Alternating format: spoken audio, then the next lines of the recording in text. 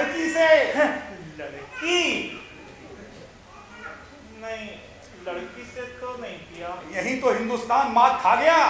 अरे बेटा, तू जी कैसे रहा है?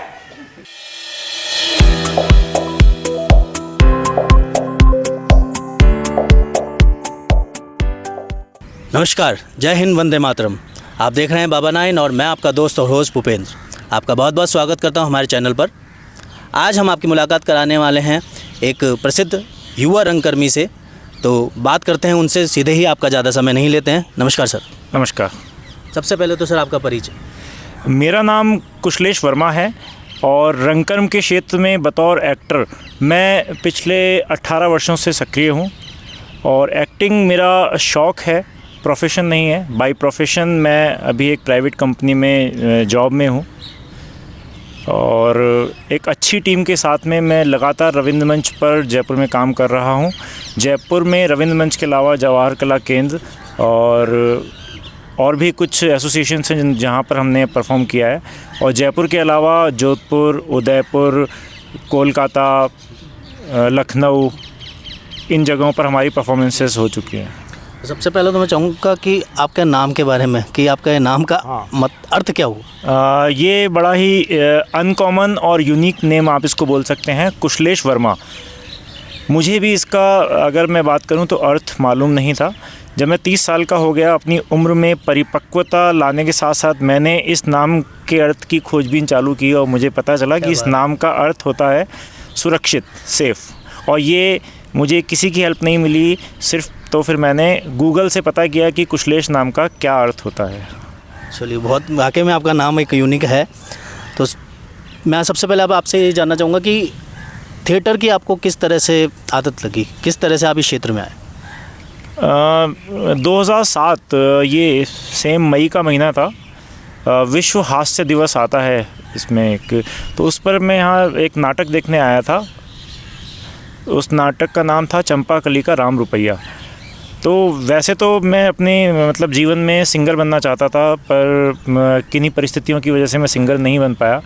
तो नाटक देखने के बाद मुझे अनुभूति हुई, ये एहसास हुआ कि हाँ, ये वो कला है जिसके लिए मैं बना हूँ।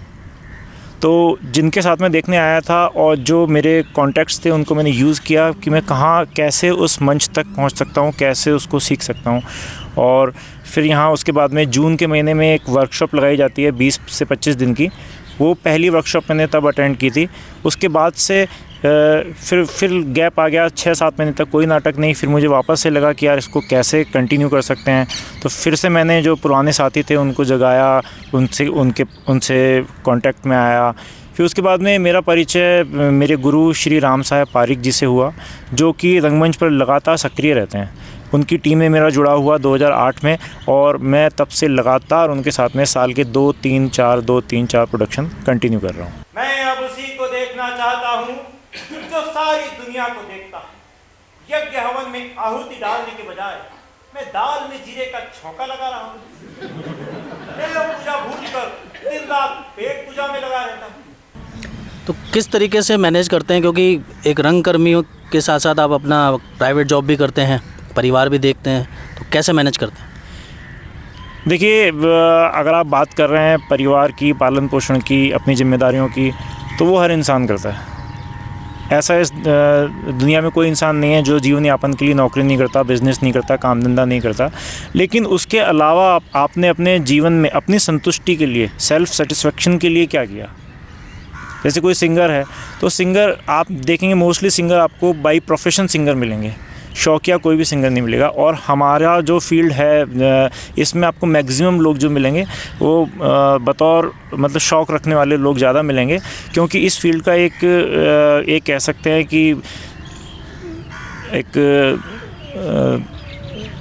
मतलब पैसा नहीं है कुल मिलाकर के। तो अगर मैं ये चाहूँ या मेरा कोई साथी ये चाहे कि इस फील्ड से वो पैसा कमा सकता है, तो ये एक दुविधा है इस फील्ड की कि इस फील्ड में पैसा तो आप भूल ही जाइए। बाकी ये है कि सेल्फ सेटिस्फेक्शन सबसे ज़्यादा महत्वपूर्ण है, और मुझे लगता है कि अधिकतर लोग उसी के लिए करते हैं। तो गवर्नमेंट की तरफ से भी तो बहुत सारी जो अनुदान होते हैं या स्कीमें होती हैं तो थिएटर को प्रमोट करने के लिए, उसके बारे में क्या कहेंगे? देखिए, उसके बारे में ज़्यादा तो मैं नहीं कहूँगा, बस जो मैं देखता हूँ मेरे आसपास में, और जो मेरे आसपास में जो उन सब चीज़ों को लेकर जो माहौल है, उसके बारे में सिर्फ वन लाइनर स्टेटमेंट दूंगा: अंधा बांटे रेवड़ी, बुढ़िया फिर खाए, कुत्ते फिर खाए। सॉरी, माफ़ी चाहूँगा।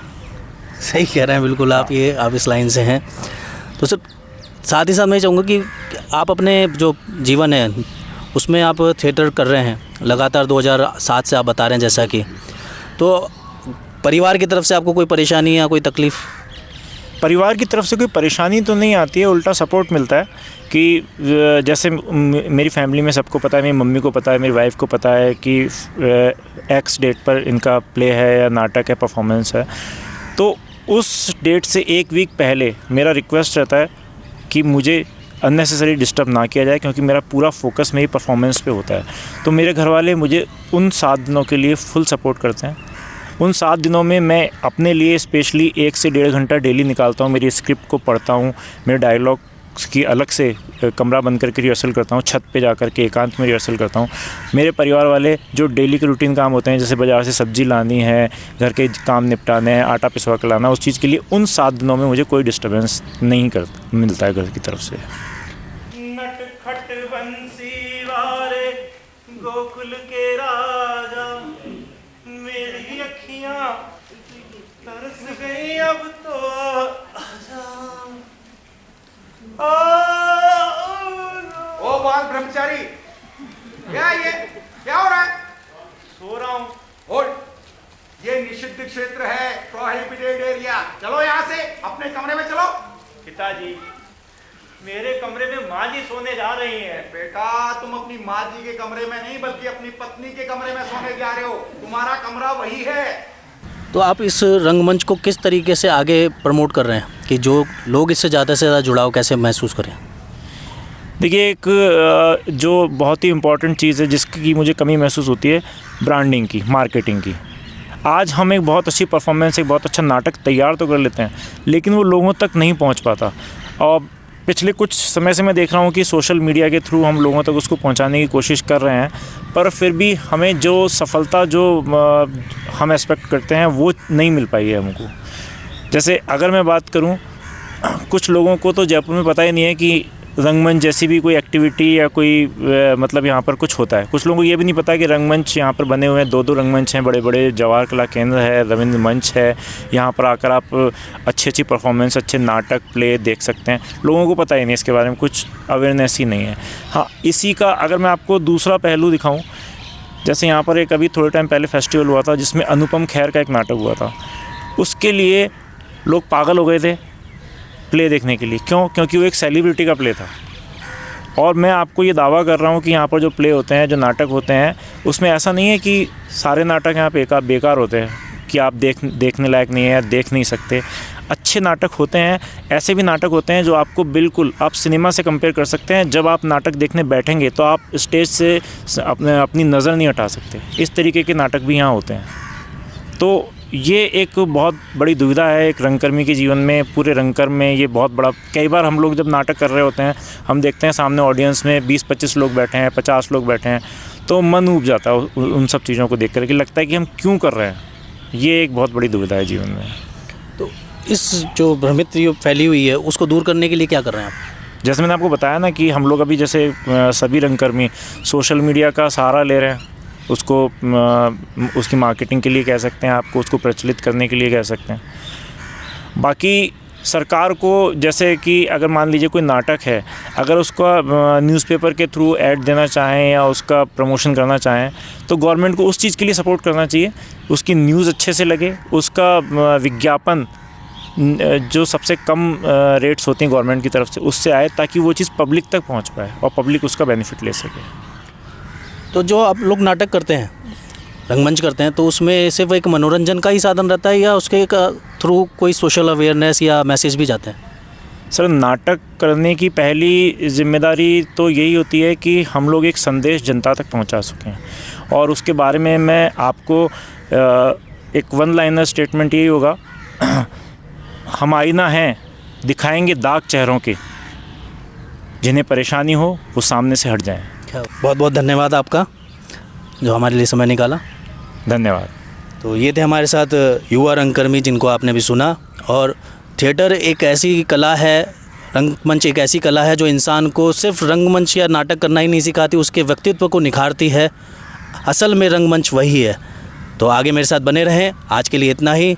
जय हिंद, वंदे मातरम। पर ध्यान रहे, बाबा सब जानता है। किया तेरा नाम लिया।